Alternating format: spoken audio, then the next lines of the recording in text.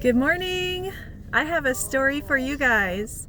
So, how many of you have found yourself in a spot where you might just be kind of losing your temper at times, maybe with your kids or with people in your life, and you just can't stop? I know this is a common problem for young mothers because we are totally shifting into a new role of life. And when we have little kids, there's so many things we need to get done to take care of everything. And it's really hard. It just is really, really hard. And thank you, buddy. And so I actually struggled with this for quite a while. It was a couple of years. And I would ask my friends to pray for me. I would ask God to please help me not to yell at my kids. And things would happen around the house and the pressure would just start mounting and mounting and mounting because I would feel like I couldn't meet an expectation, or I would feel like I couldn't have something done in time, or we were going to be late to something.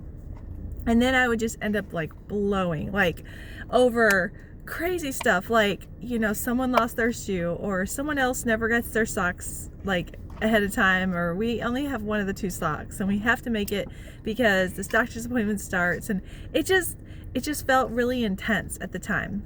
Now, I've talked about before, I don't know if you've heard me talk about this, but I call it the 20-minute rule, where in about 20 minutes, everything is like dissipated and changed. And that's just like really common in these situations, where I would notice that if I just give this 20 minutes, I'm going to feel totally different about it.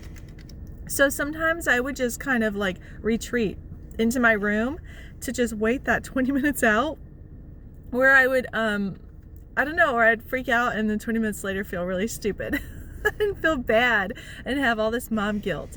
So anyways, I wanted to share a story of how I found freedom from yelling at my kids. And I had asked some friends at church to pray for me, and I was just really struggling with it. I just really couldn't figure out, like, what can I do? Nothing's working. I'm still yelling. And the Lord brought a lady into my life. She needed a place to live. She was pregnant, and at the time we had a house that had an apartment upstairs. So we allowed her to move in with us. She lived upstairs, and she kind of did her own thing, and she would come down and knock on my door, and we'd have tea and toast together and talk and pray together, that sort of thing. And it was super encouraging. Well, after she moved in, something I noticed is if I started yelling at my kids, I would just hear like this really quiet knock on my kitchen door.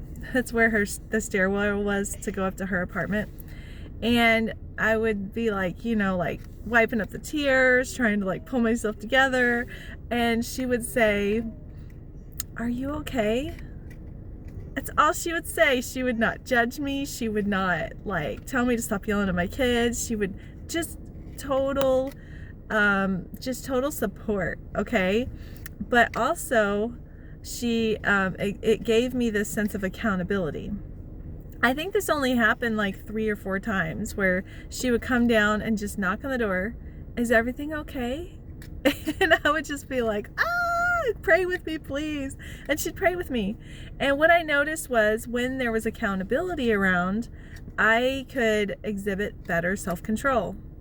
And I didn't realize that this was an issue of me trying to control my situation, trying to control the people around me, and not being flexible, and also not exhibiting my own personal self-control. And so then I started noticing, hey, I don't really yell at my kids when my husband's around. I can do this. I can totally not yell at my children. Because if I can do it when certain people are around, I can do it all the time. Right? So my accountability needs to be there. And is God enough accountability for me? He ought to be. He totally ought to be. And he brings freedom. He gives us freedom. So when I think of this friend who lived with me, it was really like only probably 4 times that happened. And then I just stopped yelling at my kids. I totally just stopped.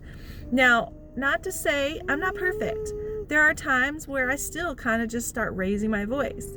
And I think there's a difference between raising your voice to get someone's attention, that's not in anger, that's not losing your temper, not out of control, but just like, hey, knock it off. Like, that's totally different than completely freaking out.